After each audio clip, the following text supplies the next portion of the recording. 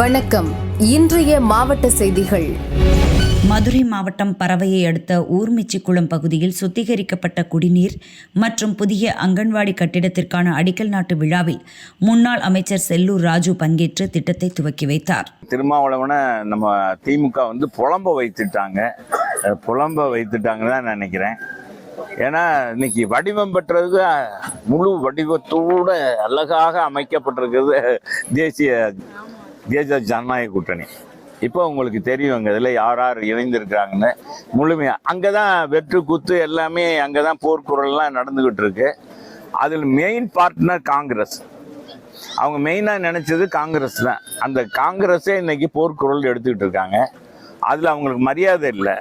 எப்பவுமே திமுக பொதுவாக கூட்டணி கட்சியில் மதிக்க மாட்டாங்க. அதுக்கு அன்பு சகோதரர் திருமாவளவனே ஒரு சான்று என்பது எங்களுக்கு எல்லாம் எல்லாருக்குமே தெரியும்.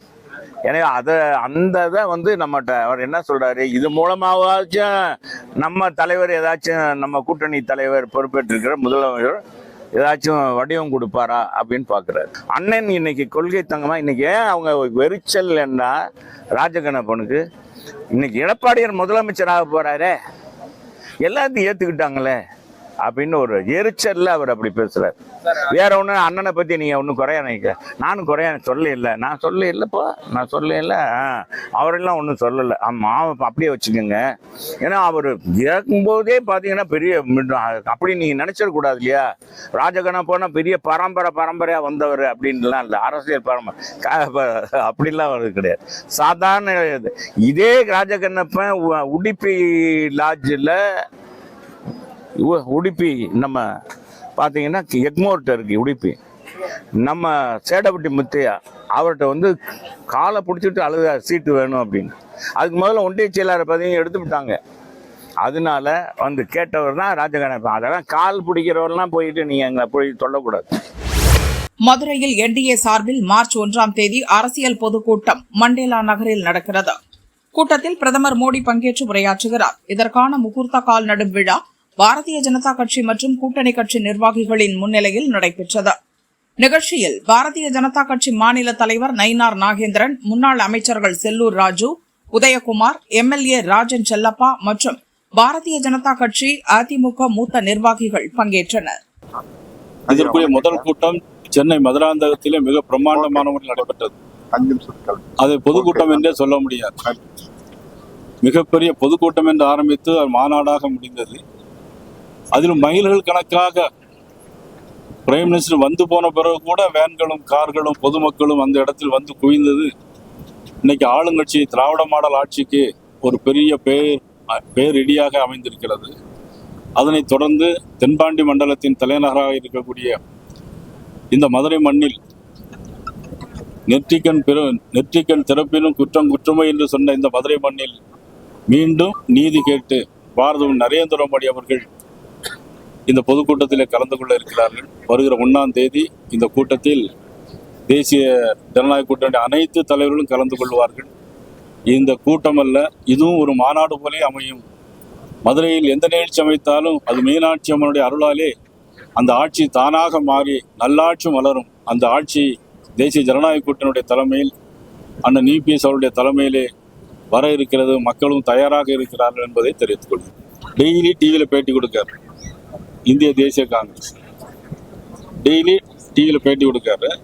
திமுக சட்டமன்ற உறுப்பினர் தளபதி பேசின பேச்சுக்கு திமுக வருத்தம் தெரிவிக்க வேண்டும் அப்படின்னு சொல்லியிருக்காங்க. அது வடிவம் பெறுதா இல்லையா? கூட்டணி மந்திரி சபை கொடுக்க முடியாது, ஒத்து வராதுன்னு சொல்றாரு. அப்போ அது வடிவம் பெற்றிருக்கா பெறலையா? நாங்கள் இப்போ எங்களுடைய வடிவத்தை பார்த்தீங்களா? இப்போ மதுரையிலே எப்படி இருக்குன்னா சென்னை முழுவதும் என்ன எப்படி இருக்கும்? ஆக முதலமைச்சருக்கு ஒரு வடிவம் இல்லாமல் இருக்கிறார். ஏன்னா ஒரு ஆட்சி முற்று பெறலை. 525 தேர்தல் அறிக்கை சொன்னாங்க. கிட்டத்தட்ட ஒரு 70 தேர்தல் அறிக்கையை தவிர மீது ஒரு 90 தேர்தல் அறிக்கை பாட்டிலே நிறைவேற்றிருக்காங்க. மீது எல்லாமே நிறைவேற்றப்படலை. என்னை பொறுத்த மட்டும் தனிப்பட்ட முறையில் யாருடைய மனதும் புண்படக்கூடாதுன்னு நினைக்கக்கூடியது. சட்டமன்ற தேர்தல் தமிழ்நாட்டில் நடைபெறுது. இது தமிழ்நாட்டில் நடைபெறுது. யார் நல்ல முதல்வராக ஆட்சி செஞ்சார்? ஆனால் இபிஎஸ் அவர்கள் கடந்த 5 வருஷத்துல எப்படி ஆட்சி பண்ணார்? இப்போ நம்மளுடைய முதலமைச்சர் இன்னைக்கு ஸ்டாலின் தான் எங்களுக்கும் முதலமைச்சர், உங்களுக்கும் முதலமைச்சர் இந்த தேர்தல் வரைக்கும். அதுக்கு பிறகு அண்ணன் இபிஎஸ் முதலமைச்சர். நமக்கு அதுல இந்த 5 வருஷத்துலயும் பாத்தீங்கன்னா என்ன கொண்டு வந்தாங்க? ஒரு மருத்துவக் கல்லூரி கொண்டு வந்தாங்களா? 11 மருத்துவக் கல்லூரி கொண்டு வந்தார் அண்ணன் EPS. ஒரு நாடு முன்னேற சொன்னா இன்ஃப்ராஸ்ட்ரக்சர், சாலைகள், வசதி, பாலங்கள், விமான போக்குவரத்து, கடல் போக்குவரத்து, தரைவழி போக்குவரத்து, இதெல்லாம் இருந்தாதான் ஒரு நாடு முன்னேற முடியும். ஆனா இன்னைக்கு என்ன ஏற்பாடு பண்ணியிருக்கிறாங்க? அனைத்தும் செய்து மத்திய அரசு. தூத்துக்குடி விமான நிலையம் 350 கோடி ரூபாய், திருச்சி விமான நிலையம் 650 கோடி ரூபாய். பிரதமர் மோடி ஆட்சிக்கு வர்றதுக்கு முன்னால நாட்டுல 140 விமான நிலையங்கள் புதுப்பிக்கப்பட்டிருக்காங்க. வந்த பிறகு உருவாக்கி இருக்காங்க. இதெல்லாம் ஒரு நாட்டினுடைய மேம்பாடு அடைவதற்கு. ஒரு நாடு இன்னைக்கு இந்தியா உலக பொருளாதாரத்தில் 4வது இடத்துல இருக்கு. உலக பொருளாதாரத்தில் 4வது இடம். அடுத்து பாத்தீங்கன்னா அடுத்த 3வது இடத்துக்கு. இன்னும் பாத்தீங்கன்னா இந்தியா வல்லரசு நாடு நோக்கி போயிட்டு இருக்கு. தமிழ் மொழியை பத்தி பேசிட்டு இருக்கிறாங்க நம்மளுடைய முதலமைச்சர். பிரைம் மினிஸ்டர் மலேசியாவுக்கு போய் 2 வாரத்துக்கு முன்னால மலேசியா போனார். எங்கள் நாட்டுல தமிழ்நாடுன்னு ஒன்று இருக்கு, தமிழ் மொழி எங்க இருக்கு, மிகப்பெரிய கலாச்சாரம், மிகப்பெரிய பண்பாடு உள்ள மொழி அப்படின்னு மலேசியாவில் போய் பேச வேண்டிய அவசியம் அவருக்கு இல்லை. உண்மையே எங்க இருந்தாலும் சொல்றது பாரத நரேந்திர மோடி அவர்கள். அதாவது மாமியார் உழைச்சா மண்படம், மருமக உழைச்சா பொன்படம். இதெல்லாம் எப்படிங்க? ஒரு விமான போக்குவரத்துல மக்கள் பயணிகள் போவதும் வருவதும் ஏற்பாடு பண்ணுவதும், அந்த விமான போக்குவரத்தினுடைய அதிகாரிகள் பொதுமக்கள் பயணிக்கணும். அதை பொறுத்தாலும் எல்லாமே இருக்கு. தூத்துக்குடி இன்னைக்கு 5 விமான நிலையம் வருது, 5 ஃபிளைட்டு டெய்லி வருது. முந்தி 2 தான் வந்துட்டு இருந்துச்சு. மத்திய அரசு இன்வெஸ்ட் கொடுத்தாச்சு. இன்டர்நேஷனல் ஏர்போர்ட் மதுரை 41 பேர் இறந்து போனாங்க. அதற்கு தமிழக அரசும் காரணம், மதிப்புக்குரிய விஜயும் காரணம். 12 மணிக்கு வரேன்னு சொல்லிட்டு 7 மணிக்கு வர்றாங்க. எந்த குடிக்க தண்ணி கூட ஏற்பாடு செய்யல. அதே மாதிரி இப்ப கூட ஒருத்தர் இறந்து போயிட்டாரு சேலத்துல. அவருக்கு எல்லாரும் கூட்டத்திலையும் இறந்து நல்ல சகுனம் தானே அது அவங்களுக்கு. அதாவது அண்ணன் EPS 2000 ரூபாய் அனௌன்ஸ் பண்ணாங்க. அதை காப்பி அடிச்சு இவங்க முதலமைச்சர் 2000 ரூபாய் நாங்களும் தர்றோம் அப்படின்னு கேட்டா நீதிமன்றத்துக்கு போய் தடுத்து நிப்பாட்டிடுவாங்க அப்படின்னு சொல்லிட்டு கூட 2000, கோடைகால விடுமுறை 1000. இதுவரையில் இந்திய அரசியல் வரலாற்றுல எந்த முதலமைச்சரும் செய்ய மாபெரும் சாதனையை அண்ணா செஞ்சிருக்காரு. கோடைகால விடுமுறைக்கு போன வருஷமும் கோடைகால விடுமுறை வந்துச்சு. தேனி மாவட்டம் ஆண்டிப்பட்டி பந்துவார்பட்டியை சேர்ந்தவர் ரவிச்சந்திரன், இவரது மனைவி சிவசத்யா. இவர்கள் வீட்டிற்கு செல்லும் பொதுப்பாதை தொடர்பாக அதே பகுதியை சேர்ந்த திமுக நிர்வாகி ஜெயராஜ் தனசேகர் மற்றும் முத்தீஸ்வரன் ஆகியோருடன் பிரச்சினை உள்ளது.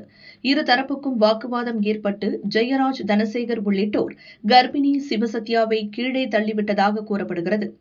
இதனால் பிரசவ வலி ஏற்பட்டு சிவசத்யா தேனி அரசு ஹாஸ்பிட்டலில் அனுமதிக்கப்பட்டு டாக்டர்கள் சொன்ன தேதிக்கு 10 நாட்களுக்கு முன்பாகவே அறுவை சிகிச்சை மூலம் குழந்தை பிறந்தது. ஜெயராஜ் தனசேகர் மற்றும் முத்தீஸ்வரன் ஆகியோர் மீது காணாவிளக்கு போலீசில் சிவசத்யா புகார் கூறினார். ஆனால் மனுவை வாபஸ் பெறக்கோரி எதிர்த்தரப்புக்கு ஆதரவாக போலீசார் அழுத்தம் கொடுப்பதாக வீடியோ வெளியிட்டு புகார் தெரிவித்தார். சிவசத்யாவை சந்திக்க விடாமல் போலீசார் தடுத்ததாக கூறப்படுகிறது. இதை கண்டித்து சிவசத்யாவின் பெரியப்பா ஹாஸ்பிட்டல் பிரசவ வார்டின் முன்பு மண்ணெண்ணெய் ஊற்றி தீக்குளிக்க முயன்றார். இது தொடர்பாக விசாரிக்க சென்ற செய்தியாளர்களையும் பிரசவ வார்டு காவலாளி உள்ளே விடாமல் தடுத்தார். இதுகுறித்து போலீசார் உரிய நடவடிக்கை எடுக்க வேண்டும் என பாதிக்கப்பட்ட பெண் வீடியோ வெளியிட்டது பரபரப்பை ஏற்படுத்தியது.